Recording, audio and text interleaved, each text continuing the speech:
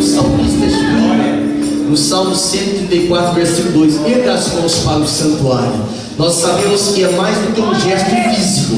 Erguer as mãos é uma situação, é um gesto de dependência de Deus. Abra sua Bíblia, Evangelho que escreve João, o capítulo número 5. O homem que foi transformado pelo amor de Deus, João, ele era, ao contrário do que nós imaginamos por ver o final do seu ministério, João era um homem impetuoso, ao ponto do Senhor chamá-lo de filho do trovão.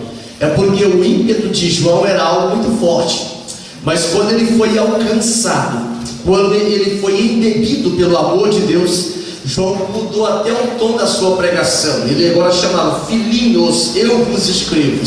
Ele tratava a igreja de uma forma paternalista, porque ele entendia que o amor de Deus na vida dele era suficiente para mudar aquele temperamento eufórico, aquele temperamento precipitado, que o Senhor um dia chamou eles de filho do trovão. Então, João capítulo 5, quero ler do versículo 1 ao versículo 8. O Senhor ministrou esta palavra no meu coração hoje, quando eu me meti neste texto, pedindo do Senhor uma palavra para compartilhar com os irmãos nesta noite. O Senhor me levou esta palavra: compreendendo a misericórdia. Diga comigo: compreendendo. Não, bom exército, compreendendo a misericórdia. Aleluia. Quem encontrou João capítulo 5, diga bem. Amém. Diz assim a Bíblia: depois disso, havia uma festa entre os judeus, possivelmente será Páscoa, e Jesus subia a Jerusalém. Ora, em Jerusalém há, próximo à porta das ovelhas, um tanque, chamado em hebreu ou em aramaico Betesda, o qual tem 5 alpendres. Nestes jazia grande multidão de enfermos, cegos, coxos e paralíticos, esperando o movimento das águas. Porquanto um anjo descia em certo tempo ao tanque e agitava a água, e o primeiro que ali descia, depois do movimento da água, sarava de qualquer enfermidade que tivesse. E estava ali um homem que havia 38 anos, se achava enfermo. E Jesus, vendo este deitado e sabendo que estava neste estado havia muito tempo, disse-lhe: queres explicação? O enfermo respondeu-lhe: Senhor, não tenho homem algum que, quando a água é agitada, me coloque no tanque, mas enquanto eu vou, desce outro antes de mim. Jesus disse-lhe: levanta-te, toma a tua cama e anda. Amém? Assenta, mantendo a sua Bíblia aberta, por favor. Não desligue do céu neste momento, só converse se foi profecia do Senhor, porque a palavra do Senhor, ela tem a primazia neste lugar aqui. O salmista, ele gastou o Salmo de número 119 inteiro para enaltecer o poder e a propriedade desta palavra. E ele agora não economiza nos verbetes, ao ponto de ele dizer até para os jovens, que os jovens podiam ter o seu caminho purificado quando atentasse para a palavra. Ele diz que esta palavra não era apenas para situações de emergências, como frases que levam-nos à motivação, mas a palavra do Senhor, ele diz que ela está estabelecida no céu. Quando nós atentamos para o Salmo 119, no versículo de número 89, ele diz: a tua palavra, ela permanece eternamente no céu. Ele diz que esta palavra é luz para os caminhos. Esta palavra, ela conduz o homem com segurança ou em segurança até as mansões celestiais. Por isso que, quando no dia de hoje eu buscava no Senhor esta revelação da palavra, o Senhor me levou a este tema: compreendendo a misericórdia. A palavra misericórdia, o dicionarista Aurélio, que é um dicionário bastante familiar na língua portuguesa, em especial no Brasil, ele diz que a misericórdia é uma compaixão suscitada pela miséria de outra pessoa, ou a miséria alheia. É como se fosse um sentimento que só é despertado a partir de uma situação com o outro de forma adversa. Porém, quando nós olhamos para a palavra misericórdia, no contexto ou no conceito do Velho Testamento, a palavra chesed, ela quer dizer bondade, quer dizer fidelidade, benignidade, mas é curioso perceber que a palavra misericórdia, ela quer dizer também vergonha ou desaprovação ou reprovação. Como pode uma palavra tão gloriosa, como pode uma palavra tão bela de se pronunciar nos seus efeitos, ter esses dois sentidos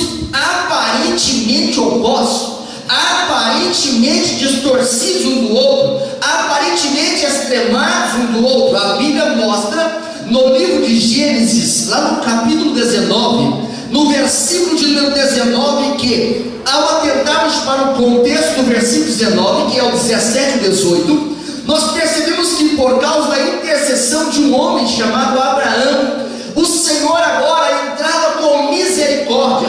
A misericórdia do Senhor agora inundou a vida de um homem chamado Ló. Não obstante ele estar na cidade de Sodoma e Gomorra, esta misericórdia dizia para ele: escapa-te por tua vida e não olhe para trás, suba para os montes, suba para a montanha.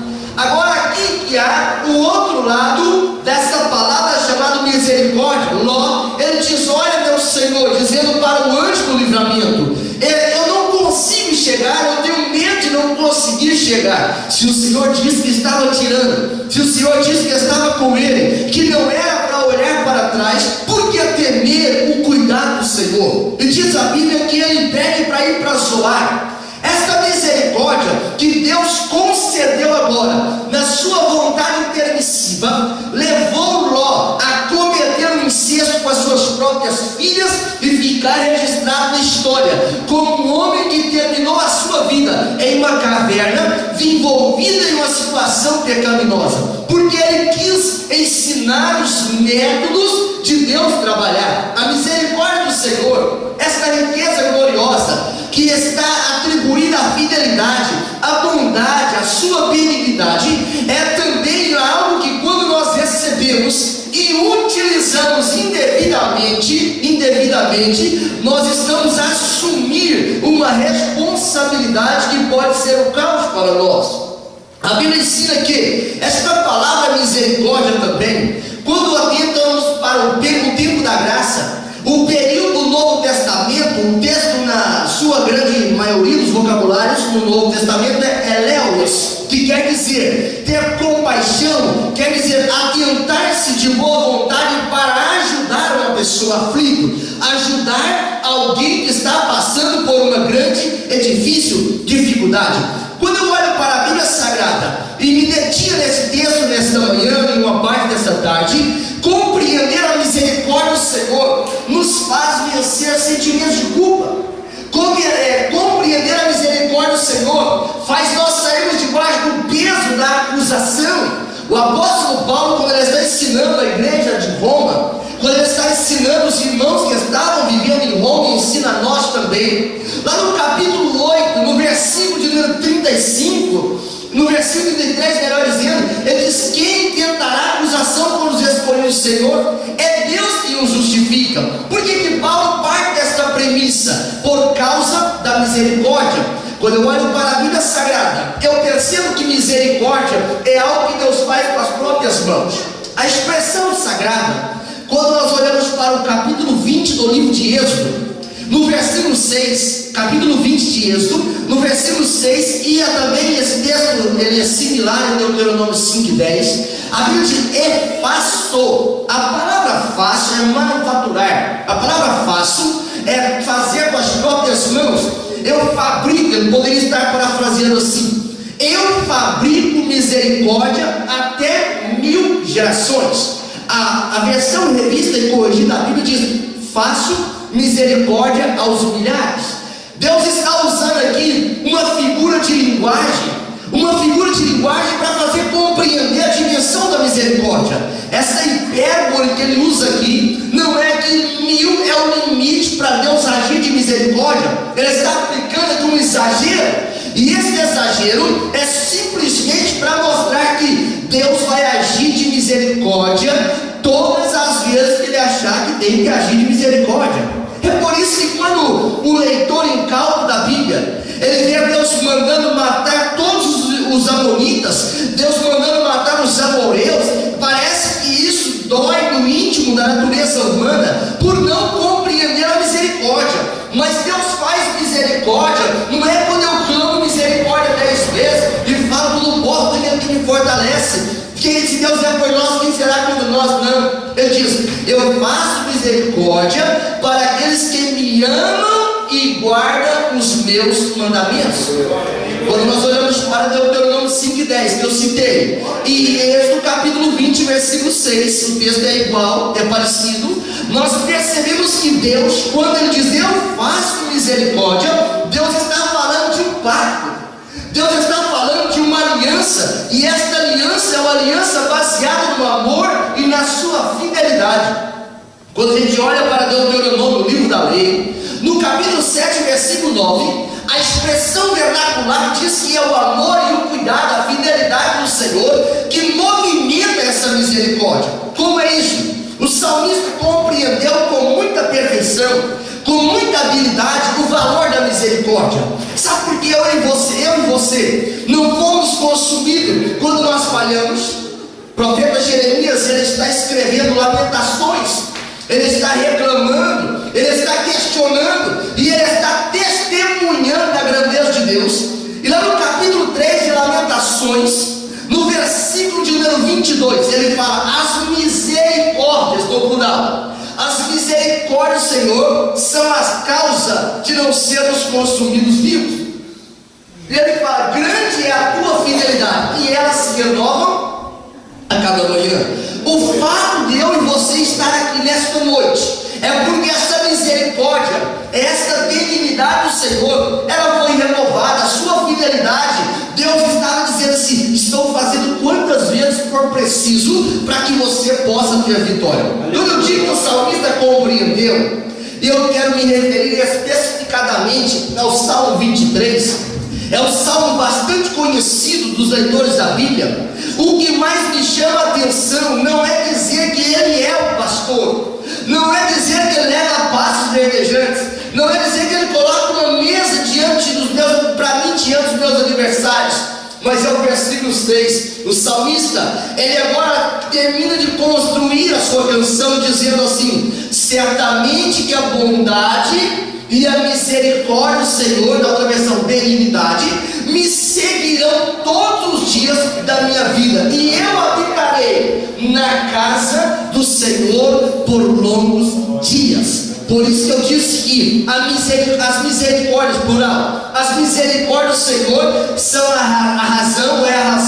para eu e você estar aqui nesta noite. Esta misericórdia, ela inundou, essa misericórdia, ela encharcou a nossa vida. O sábio Salomão, filho de Davi, ele compreendia isso. Quando Davi ensinou seu filho Salomão, quando Davi deu a eles as diretrizes da vida com Deus, ele explica que não há Deus. Quando você lê no primeiro livro dos Reis, no capítulo 8 e o versículo 23, Salomão, ele reconhece: não há Deus como o nosso Deus. Fala comigo: não há Deus como o nosso Deus, que guarda a aliança e a misericórdia aos teus servos.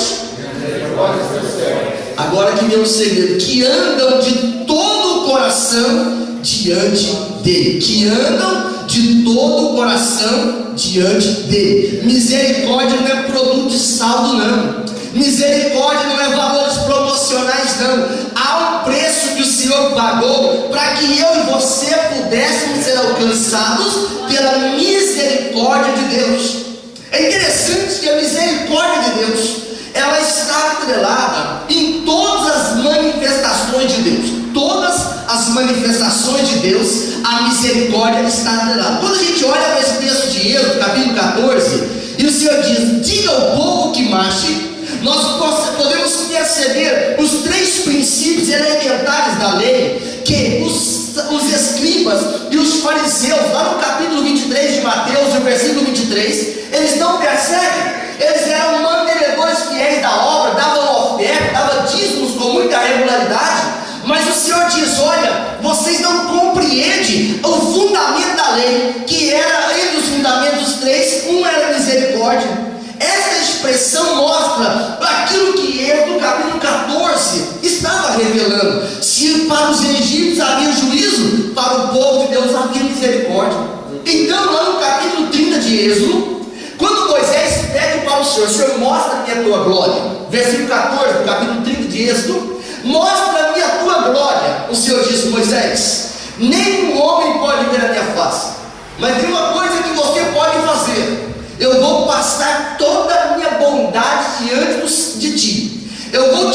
cumprir. O que Deus estava dizendo na palavra, no termo original, é: eu vou fazer do meu jeito, Moisés. Eu vou passar a minha bondade e eu vou te tapar com as minhas mãos, e quando eu passar, tu vai me ver pelas costas. E esta experiência que Moisés tem, ela para compreender por que Deus faz misericórdia, por que Deus age de forma misericordiosa. O que Moisés estava entendendo ali é que a misericórdia que passou diante dele estava validando a soberania.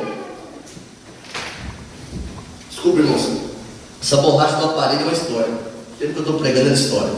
Voltando para a palavra do Senhor aqui. O Senhor, fala comigo, o Senhor é longânimo. Tá, longânimo, o que é longânimo? A longanimidade é a pessoa ser tardio para se irar. Então Deus, ele é tardio para se irar.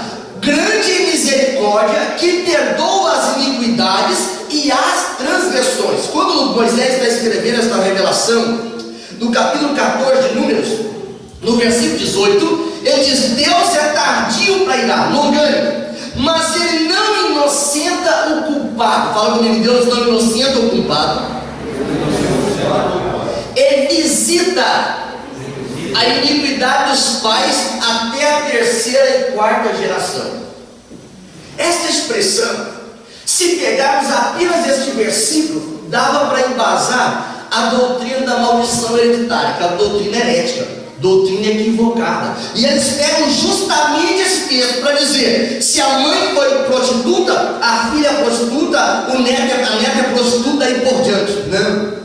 Esse conceito, a misericórdia parte ele no primeiro momento. É por isso que nenhum texto da Bíblia pode ser utilizado de forma única para interpretar uma doutrina. Isso feriria uma regra prática de hermenêutica, de interpretação bíblica. Então, quando eu olho para Números capítulo 14, a Bíblia diz que Deus visita. Esta palavra visita quer dizer Deus comparece, permite comparecer. Deus numera, calcula e põe. Como é isso então? Não estou entendendo. É que o pecado de uma geração, a sua influência pode demorar 3 ou 4 gerações até mais para poder ser aniquilado. Mas aquilo que nós fizemos nesta geração vai influenciar a terceira, a quarta, a 10ª, 20ª e até 1000 gerações por causa da misericórdia.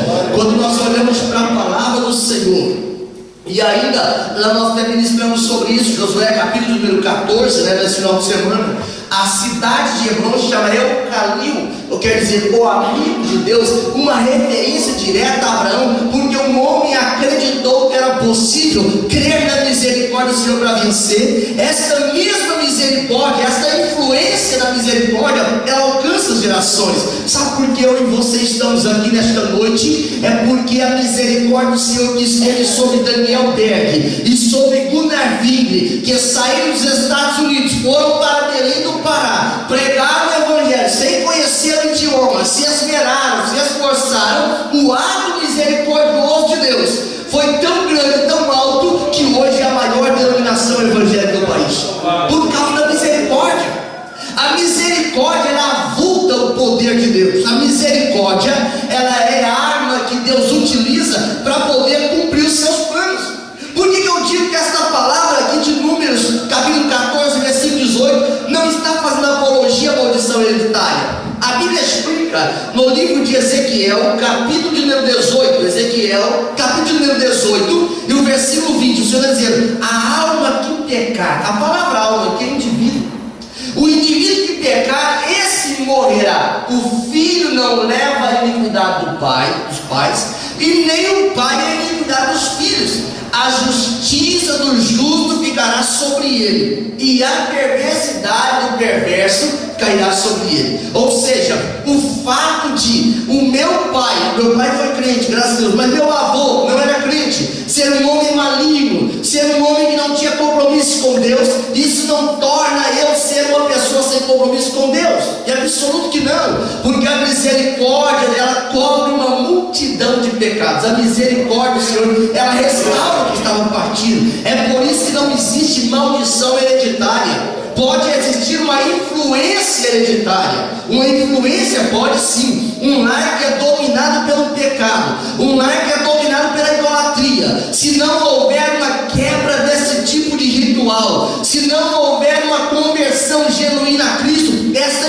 descendência, vai alcançar os netos. Tem pessoas que nem sabem por que ele é idólatra. Ele diz: eu aprendi isso e eu vou morrer nessa situação. Mas quando ele aceita Jesus como Salvador, a primeira coisa que acontece é ele jogar aquilo tudo fora, porque ele sabe que agora começa uma nova vida. É preciso compreender a misericórdia. Nós lemos o texto que, partindo de João capítulo 5, existe uma grande multidão representada ali, que está nos dias de hoje, está ao lado do tanque da misericórdia, está talvez no primeiro alpendre, mas não consegue compreender a misericórdia. Agora a Bíblia explica por que o pecado ele é quebrado quando nós confessamos e aceitamos Jesus como Salvador. Se você continua com a Bíblia aberta em Ezequiel capítulo 18, versículo 21, a Bíblia diz: quando o ímpio, fala comigo, quando o ímpio se converter nos pecados que cometeu, olha o segredo da misericórdia, e guardar os mandamentos do Senhor, e fizer justiça, certamente viverá e não morrerá.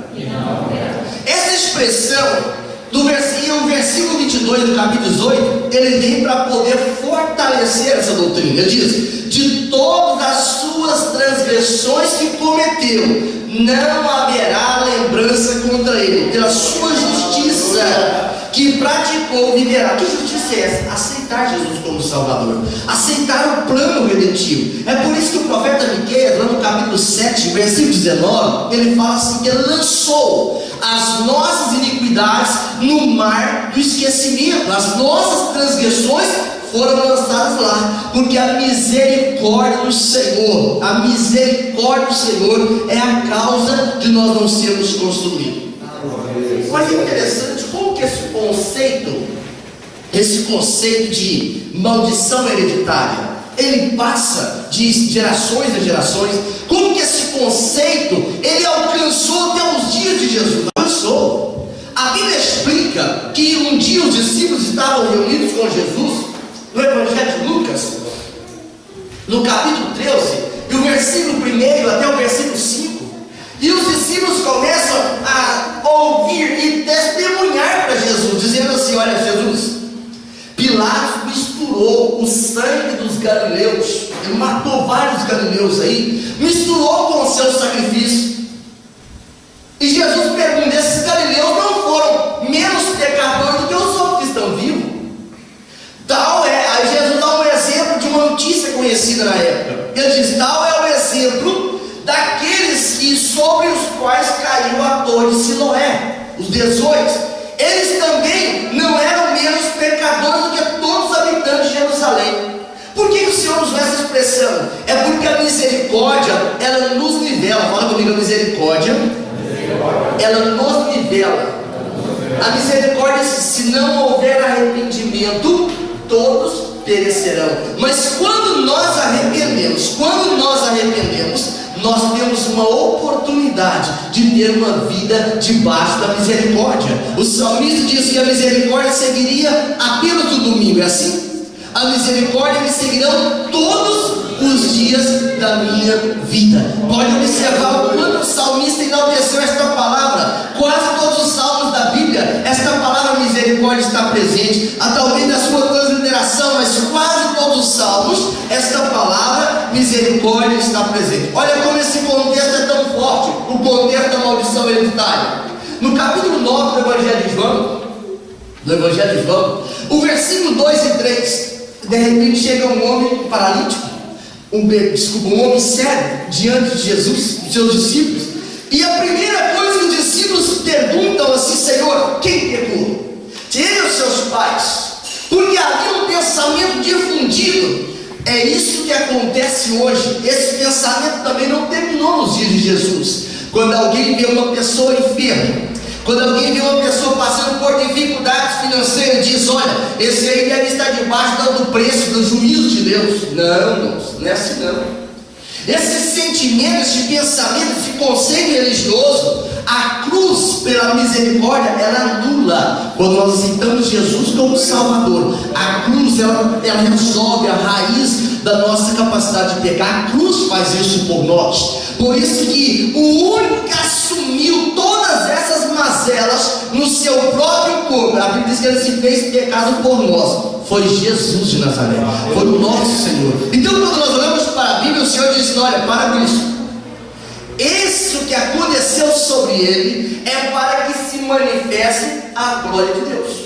Havia um propósito divino naquele homem ser cego. Percebe que Deus, ele utiliza de adversidades para que o seu nome seja glorificado. Se você atentar para a Bíblia Sagrada, na segunda carta que Paulo escreve aos Coríntios, no capítulo 12 em especial, no versículo de número 7, me parece, no 7, 8, 7, Paulo diz: há um homem que subiu ao terceiro céu, tem 14 anos isto, para que não ensoberbecesse pela grandiosidade da revelação, foi-me dado um mensageiro de Satanás para me esbofetear, um espinho na carne. E Paulo diz no versículo 8: e eu orei 3 vezes pedindo: Senhor, repreenda esse espinho na carne. Sabe o que Deus disse para Paulo? Falou: Paulo, a minha graça te basta, não me fale mais sobre esse assunto.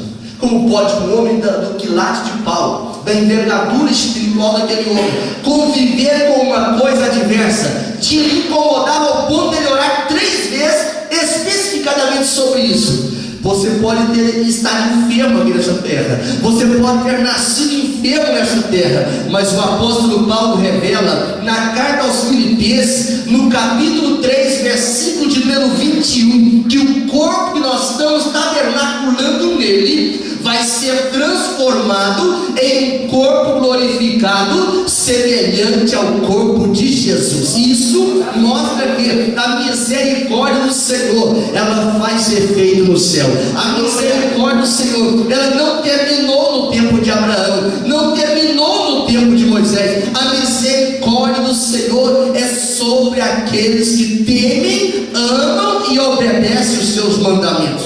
O salmista explica no Salmo de número 33, versículo 18, ele diz assim: olha, os olhos, fala comigo, os olhos do Senhor estão sobre os que o temem. Mas não é simplesmente temer, ele diz: aqueles que esperam na sua misericórdia. Qual é a finalidade? Ele explica no versículo 19: livrar da morte e conservar vivos na fome. É por essa razão que o crente, ele não desespera diante do impossível. O desespero não é para o crente. Pode observar no livro de Samuel, capítulo 30, parece que é o versículo 5. O Davi, o rei de Israel, o saudioso de Israel, ele agora fala assim: eu não vou acabar morto pelas mãos de Saul. Mas no 30, versículo 5, ele fala assim: Davi se reanimou no Senhor, porque ele confiava na sua misericórdia. Quando ele escreveu esse Salmo 33 aqui, o versículo 18 e 19, ele diz: os olhos do Senhor estão sobre os que o temem, mas é para quem espera na sua misericórdia. A misericórdia faz efeito quando aquele documento que você está esperando está demorando a sair. A misericórdia faz efeito quando você está buscando a salvação dos teus familiares. A misericórdia faz efeito quando o diabo pediu para se andar com a nossa vida e o Senhor diz: não, Senhor, esse aí está protegido por mim. A misericórdia faz efeito aí. É interessante nós lembrarmos do Salmo 52.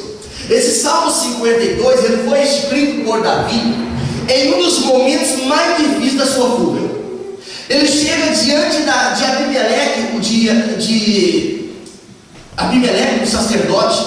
Quando ele chega diante da casa de Abimeleque, ele agora chega com uma palavra para o sacerdote, dizendo assim: olha, eu preciso de uma espada, eu preciso de uma arma. E o sacerdote confiava tanto nele, que ele disse assim: ó, tem espada de Golias, se você quiser pegar. E ele pega. Mas justamente naquele dia tinha um edomita ali chamado Doeg, era chefe dos pastores de Saul. E quando ele ouviu aquele assunto, ele estava detido diante do Senhor. Era um homem que Deus disse: fica aí, porque eu tenho algo para tratar com você. Mas ele começou a perder o raciocínio, o culto. Ele começou a distrair e a tentar para aquela voz, parece a voz de Davi.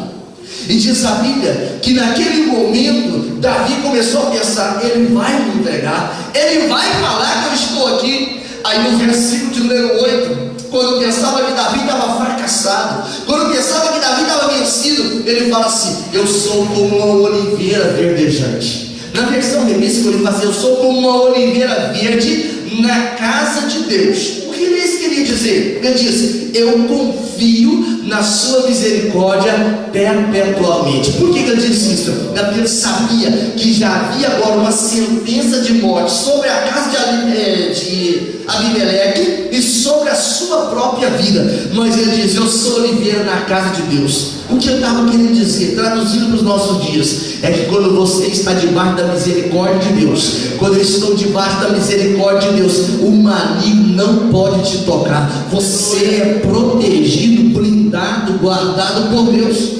É por isso que o salmista, no Salmo 91, versículo 7, vou parafrasear o salmo para você entender: 1000 demônios caem do teu lado, 10.000 da tua direita, mas você não é atingido. É preciso compreender a misericórdia do Senhor. Quem não compreende a misericórdia, ele vive de susto em susto, de medo em medo. Hoje eu estava em uma empresa preparando material para distribuir para os pais, e eu ouvi um irmão dizer para o outro: olha, você está com medo? Você, crente não tem medo, crente tem fé. Davi era um homem que tinha que vencer o medo da sua adversidade, mas ele vencia porque ele sabia que a misericórdia do Senhor era a causa de ele não ser consumido, tanto quando o profeta Jeremias escreveu.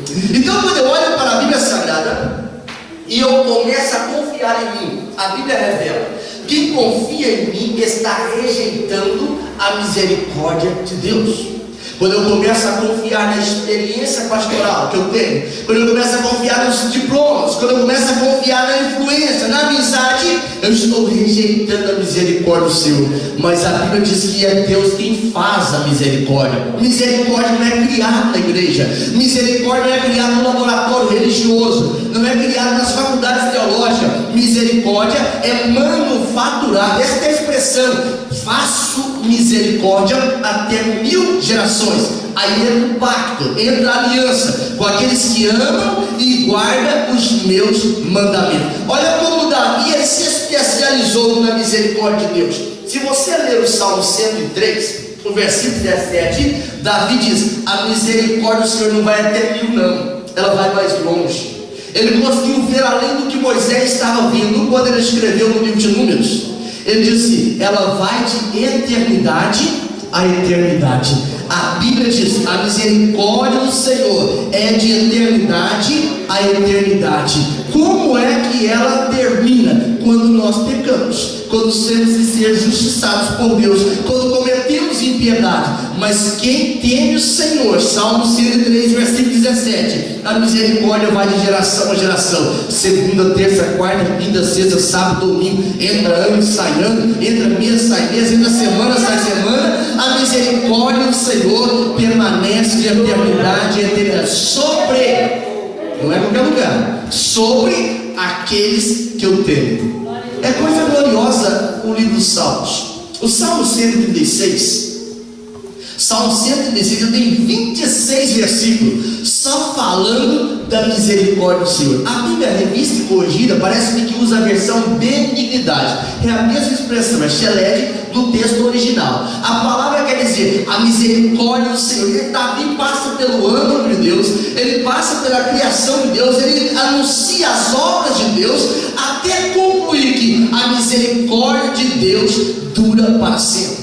Por isso é importante compreender a misericórdia. A misericórdia do Senhor, eu citei no início da administração que os escribas, os mestres da palavra, os fariseus, eles compreenderam aquela função de ofertar, compreendiam o que era o valor do dízimo. Isso blindava a casa deles contra o devorador financeiro, contra a enfermidade, isso blindava. Mas eles estavam deixando os princípios elementares da lei, e eles eram doutores da lei, eles eram pregadores da palavra, eles eram pregadores dos escritos de Moisés. O primeiro princípio, lá em Mateus 23 e 23, o Senhor explica: o primeiro princípio é o princípio da justiça. Eles davam dízimo, davam oferta, mas não cometiam justiça, não praticavam justiça.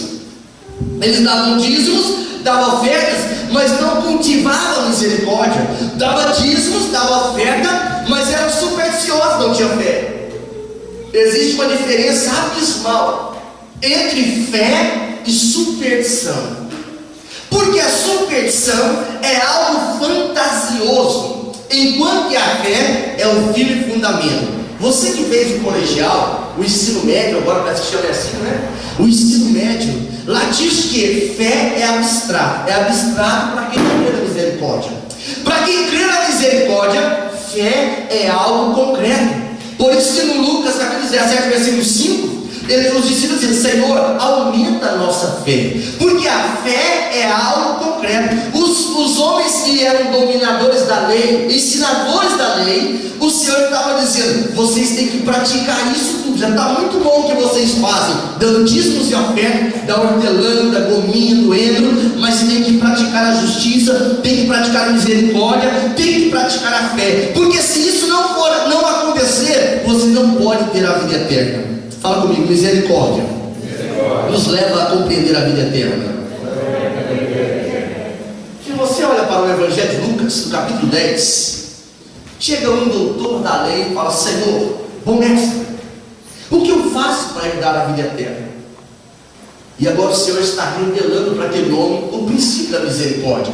E ele conta uma parábola do samaritano. Ele conta uma parábola que passou o sacerdote e não olhou, não teve misericórdia. Passou o levita, não teve misericórdia. Mas passou agora um homem samaritano, um homem desprezado. E ele disse: olha, esse aí, ele próprio chegou à conclusão: ele é o meu próximo. Porque a misericórdia, ela não é apenas para ser definida pelos dicionaristas. A misericórdia é algo para ser vivido pelos crentes. Porque sem a misericórdia, a nossa fé torna inócua, a nossa fé torna sem efeito, a nossa fé não produz resultado. E a misericórdia, interessante lembrar disso, no Evangelho de Lucas, no capítulo 16 e versículo 24, até no inferno, o indivíduo que vai para lá lembra da misericórdia. Quando aquele rico, da parábola do rico de Lázaro, a passagem do rico de Lázaro, ele chega lá no inferno, ele aprende aquelas lições que eu já aprendi aqui. Ele aprende a orar no inferno, aprende que no inferno não adianta mais orar. Ele aprende que quem chega no inferno, o inferno é real, o céu também é real, mas quem está no inferno não sai mais, quem está no céu também está garantido. E ele aprende lá o valor da misericórdia. Ele fala: Pai Abraão, tem misericórdia de mim, manda Lázaro molhar o seu dedo na água e me refrescar a língua. Ele não lembrou que Lázaro estava vivendo no paraíso, apenas as coisas boas, mas ele lembrou: existe uma palavra aqui incomodando o meu ser, é a misericórdia. Ele clama justamente por essa misericórdia. Mas como é que nós estamos junto à casa da misericórdia e não somos alcançados por ela? Não somos atingidos, embebidos por ela? A Bíblia revela nesse Evangelho de João, no capítulo 5, diz a Bíblia que Jesus agora, depois dessas coisas, depois que ele cura, se nós olhamos para a Bíblia aqui, depois que ele volta a segunda vez em Caná da Galileia, ele fala para o oficial: vai, porque o seu filho está vivo. Ele deu uma palavra. Ele agora chega lá em Jerusalém, uma vez mais, em um dia de festa. Esse dia de festa, ali existia um homem que estava há 38 anos enfermo. 38 anos, eu até acredito que ele era paralítico. A Bíblia não diz que ele era paralítico, eu que acredito. Ao título diz paralítico, não estou dizendo o texto bíblico. O texto bíblico, ele não diz que ele era paralítico. Mas uma vez que ele tinha dificuldades de locomoção, eu posso deduzir por inferência que ele era um paralítico. 38 anos convivendo com limitações, 38 anos convivendo com discriminação, 38 anos convivendo com preconceito. E é interessante, se ele fosse da linhagem sacerdotal, ele nem podia oferecer sacrifício, ele nem poderia oferecer holocausto no templo. Se ele fosse da linhagem sacerdotal, a Bíblia não fala a linhagem deste homem, mas diz que ele estava ali. Olha que contraste diferente. No templo, aquela suntuosidade da festa, gente glorificando, gente adorando. É igual aqui, olha que coisa linda nós estamos aqui. Povo ouvindo a palavra do Senhor, nós alimentando a palavra sendo verbalizada. Você adorou o nome do Senhor. Aquela festa era uma festa gloriosa, multidão, muita gente importante naquela festa, porque tinha que subir para Jerusalém. 3 vezes por ano, todo varão tinha que subir lá, sair lá nos confins de Zebulon e de Naftali, tinha que ir para Jerusalém. aquela festa estava maravilhosa. Mas é uma coisa aqui para perceber: Jesus não estava na festa.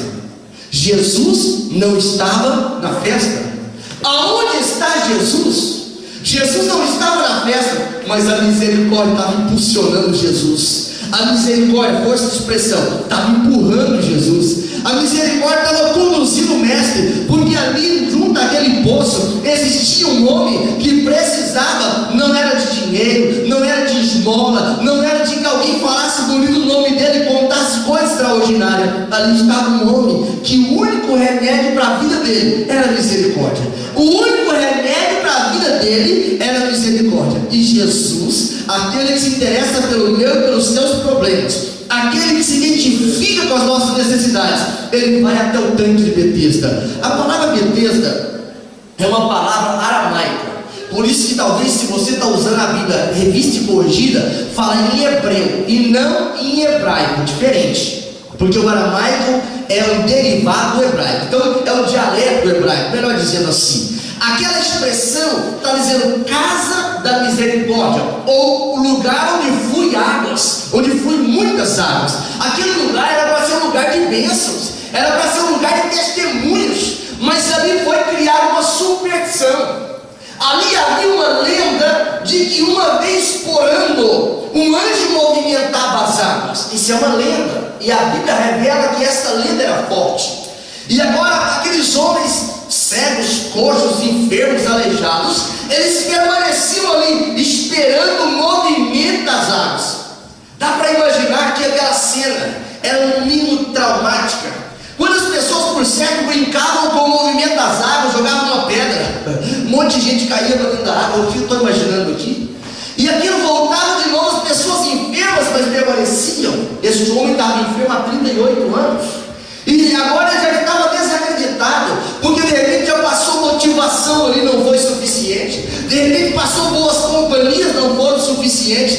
De repente alguém lhe deu uma boa esmola, não foi suficiente. Mas agora chegava alguém diferente, chegava misericórdia sobre aquele lugar. Ali agora chegava o Pai das misericórdias, chegava o dono das misericórdias, chegava aquele que faz misericórdia. E ele pergunta para aquele homem assim, fala assim: você quer ser santo? Aquele homem, ele olhou assim para Jesus e diz: olha, é que quando eu vou, sempre vai alguém na minha vez. Como às vezes nós somos assim, tentamos complicar as coisas. Aquele filme da vida daquele homem parece que poderia encaixar na nossa vida, só muda o coadjuvante. E nós podemos dizer assim: não, para mim não dá, é difícil demais para mim. Aquele homem agora, ele estava diante da misericórdia. Fala comigo, a misericórdia. A misericórdia não conhece limites. É curioso ler o texto de João capítulo 5, versículo 7, que aquele homem fala assim: eu não tenho homem que me lança na água, porque sempre vai outro antes de mim. Sabe o que aquele homem estava testificando? A minha esperança é no homem. O homem me decepciona todas as vezes, o homem falha comigo todas as vezes, o homem não consegue resolver o meu problema todas as vezes. Mas a misericórdia não é produto da imaginação do homem. A misericórdia é feita pelas mãos do Todo-Poderoso. Por isso que o salmista diz: as misericórdias do Senhor é para aqueles que o temem. O Senhor os livra. A misericórdia do Senhor, ela produz resultado. Diz a Bíblia que a misericórdia, ela não tem limite, ela vai até 1000 gerações. O profeta, o salmista Davi, melhor dizendo, ele diz: ela vai de uma eternidade a outra sobre aqueles que eu tenho. A misericórdia, segundo aspecto daquele tanque, ela não faz acepção de pessoas. A misericórdia é algo que o rico precisa, tanto quanto o pobre, é algo da classe média, é algo para toda a gente, porque Deus não faz acepção de pessoas. Deus cura o rico, que reconhece a soberania e que é dependente da misericórdia, como também cura o pobre, que está passando também por grandes privações. A Bíblia explica que Deus não faz acepção de pessoas. Paulo, quando ele está falando desse texto de Romanos 2 e 11, Deus não faz acepção de pessoas. Paulo não estava simplesmente dando um conceito, não. Paulo estava trazendo uma revelação. É por isso que a misericórdia do Senhor, ela alcançou aquele homem lá no tanque. Ele não estava junto à porta formosa, ele não estava nas dependências do templo, mas a misericórdia do Senhor, ela vai te alcançar lá no fundo do poço, porque a Bíblia deixa nós compreendermos no capítulo 4 de João, que o fundo do poço, para aquele que crê na misericórdia, não tem ralo não, meus irmãos. Ali tem uma mola propulsora, que quando você chega lá e diz: Senhor, acabou, cheguei no meu limite, Ele fala assim: não temas que eu te tomo pela mão direita e eu te ajudo, eu te sustento a minha destra poderosa. A misericórdia não faz acepção de pessoas. A misericórdia do Senhor alcançou o rico Salomão, mas alcançou também o homem junto ao tanque de Betesda, a casa da misericórdia, a casa da graça. Ele via pessoas recebendo, mas ele disse: não tem homem que me ajuda, não tem ninguém que dá um jeito para mim, não tem ninguém que faz a ponte para mim. A ponte da nossa vitória chama Jesus Cristo de Nazaré. Essa misericórdia, ela convida. Jesus perguntou: você quer ficar são? Se Jesus te perguntasse nesta noite aqui de forma direta: o que é que você quer que eu faça para você agora? Quer ser curado? Senhor, sabe, eu estou precisando mais de aumentar o meu ordenado.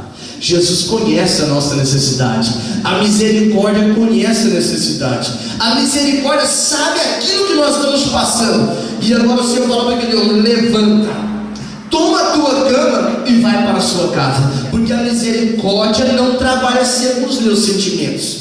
A misericórdia não trabalha segundo os meus conceitos. A misericórdia, ela trabalha segundo a ordem divina. E a coisa tremenda, que aqueles homens que ele tinha esperança neles, quando viu ele carregando a cama, falou assim: você não pode carregar a cama não, porque hoje é sábado. Aleluia. Coisa tremenda é quando o adversário da nossa vida, ele vê a misericórdia fazendo efeito em nós. Ele diz: mas você não pode. Olha, isso é muito precipitado da tua parte. Olha, você não tem capacidade para isso. Olha, não brinca com isso. Se a misericórdia do Senhor mandou você carregar a cama, mandou você levantar, nem pensa em olhar para trás como Ló, mas disse: eu prossigo para o alvo, eu vou para frente, deixa as coisas que para trás ficam e eu prossigo para o alvo. Tem uma vocação soberana me esperando. Esse homem aqui, ele pega a sua cama, ele vai para a sua casa, ele não pode, hoje é sábado. Quando a misericórdia faz efeito na nossa vida, tudo pode, porque você não vai ter mais vontade de ficar vivendo a prática do pecado. Tudo vai ser permitido, porque você vai saber como é obedecer a Deus. Não vai depender mais de estar submetido a regras, porque a liberdade da palavra vai dizer: isso não convém para mim, isso não serve para um servo de Deus. Para quem vai morar no céu não pode ser assim. E diz a Bíblia que esse homem agora, ele aparece em outro lugar. Ele aparece no templo. O que ele foi fazer no templo? Imagine como é que aconteceu quando ele chegou lá. Alguém dizia: você não é o homem dos 38 anos lá no tanque? Você não é o homem enfermo paralítico? Ele dizia assim: eu era, mas agora a misericórdia me alcançou. Ele nem sabia quem tinha curado ele, mas Jesus disse: olha, lembra de mim? Ele disse sim. Ele disse: então não peque mais, para que não te aconteça coisa pior. Para aquele homem que olhava para o seu problema, a coisa pior que tinha era a sua enfermidade. Se nós olharmos para o sentimento egoísta nesta noite, nós vamos achar que o nosso problema é o maior problema que existe na face da terra, mas não é páreo para a misericórdia de Deus. O nosso problema é tão difícil. Tem algo mais difícil que o meu problema? Tem algo mais difícil que o seu problema? Aquele homem agora recebe a palavra da misericórdia, diz: olha, vai, não pega mais, para que não te aconteça coisa pior. O que pode ser pior do que ser um aleijado? O que pode ser pior do que ser um paralítico? O que pode ser pior do que ter uma enfermidade incurável? A Bíblia explica no livro de Apocalipse, no capítulo 21, versículo 8, que a misericórdia, parafraseando Apocalipse 21:8, não é apenas para trazer um conforto para nós. Ela pode fazer isso. Não é apenas para curar. Ela pode fazer isso. Não é apenas para solucionar um problema de documentação. Ela pode fazer isso. Mas ela nos livra do lago de fogo. Algo pior do que a enfermidade é o lago de fogo. Algo pior do que os problemas econômicos é o lago de fogo. E se nós conseguirmos vivermos amando e obedecendo os mandamentos que a misericórdia o Senhor ensina, nós estamos guardados para sempre com Cristo à eternidade. Mas se nós desprezarmos a misericórdia, fala comigo, nós estamos quebrando a ponte pela qual nós temos que passar. Aleluia. Por isso que nesta noite, compreender a misericórdia vai te livrar do sentimento de culpa. Compreender a misericórdia vai te dar vontade de evangelizar. Compreender a misericórdia vai te dar vontade de orar mais. Compreender a misericórdia vai te dar vontade de jejuar mais. Compreender a misericórdia vai fazer nós agigantarmos na fé, porque a fé associada a juízo, associada à misericórdia, ela vai produzir crentes que vão entrar no céu. A misericórdia do Senhor está sobre aqueles que o temem. Os olhos do Senhor estão sobre aqueles que o temem e que creem na sua misericórdia. E eu quero te convidar nesta noite a ficar de pé, e nós vamos orar, e você vai começar a olhar o teu problema na ótica que a misericórdia olha. Você vai começar a olhar o teu problema. Um dia Jairo estava andando com Jesus, e parece que Jesus atrasa nessas horas. Parece que Jesus deixa a gente sofrer nessas horas. Aleluia. Ele parou para curar uma mulher, quando o Dorival pregou isso aqui em quarta-feira, me parece, a quarta retrasada. Ele parou para curar uma mulher, será que ele não sabia? E alguém disse: Jairo, não incomoda mais o mestre não, a sua filha já morreu. Jesus segura na mão de Jairo aqui, estou forçando a expressão aqui, e fala: Jairo, não temas, crê somente, viu? Só acredita. Sabe o que nós precisamos nesses últimos dias da igreja? É apenas crer, é apenas agigantar no crer, fundamentar a nossa fé no crer, porque a misericórdia do Senhor, ela alcança a nossa geração. A misericórdia do Senhor, ela alcança a nossa geração. A misericórdia do Senhor acontece e alcança a nossa geração. A misericórdia alcança documento, a misericórdia alcança problema de saúde. A misericórdia, ela corrige a incredulidade. A misericórdia faz isso. Por isso, nesta noite, eu quero te convidar, te desafiar a orar: Senhor, eu quero ser embebido pela tua misericórdia. Eu quero, Senhor, entender a tua misericórdia. Eu não quero estar junto ao tanque da misericórdia, o beleza da vida, e eu não receber aquilo que a misericórdia proporciona. Pai celestial, Deus de mistério, eu te louvo, Senhor, porque aquele homem custou compreender, Senhor, o valor da misericórdia. Misericórdia que Davi teologizou sobre ela, Davi profetizou sobre ela, de uma forma poética, e Senhor deixou revelar para nós, Senhor. Por isso, nesta noite, Senhor, nos faça compreender os ditames da tua misericórdia. Sabemos que a misericórdia não é fruto da imaginação humana. Sabemos que a misericórdia não é resultado, Senhor, de desejos pessoais, mas é, Senhor, algo sustentado na tua palavra, desde o período veterotestamentário até o período do Novo Testamento, alcançando aí nos nossos dias. Pai, eu quero te pedir nesta noite, Senhor, deixa nós como igreja compreender a tua misericórdia. Isso vai nos fazer glorificar no momento da aflição, isso vai nos fazer regozijar no momento do luto, no momento da enfermidade, no momento do desemprego, no momento da crise, Senhor. Pai, eu quero te pedir, Senhor, deixa nós como igreja compreender a tua misericórdia. Senhor, ela vai até 1000 gerações, ela se renova a cada manhã. Por isso, Pai, nosso coração enaltece, glorifica, celebra o teu nome, porque não tem problema insolúvel para o Senhor. A tua misericórdia prega isso para nós, Senhor. Eu te peço, vai confortando corações que estão feridos, vai sarando enfermidade de alma, vai devolvendo a fé, vai agigantando um pouco na oração, no crescimento espiritual. Nós oramos, Senhor, derramando a tua misericórdia sobre a nossa vida. Somos carentes da tua misericórdia, enxerga o teu povo da tua misericórdia, para que todas as nações da terra possam perceber que sobre nós está o teu grande e poderoso nome. Nós oramos em nome de Jesus. Nós oramos em nome de Jesus. Nós oramos em nome de Jesus.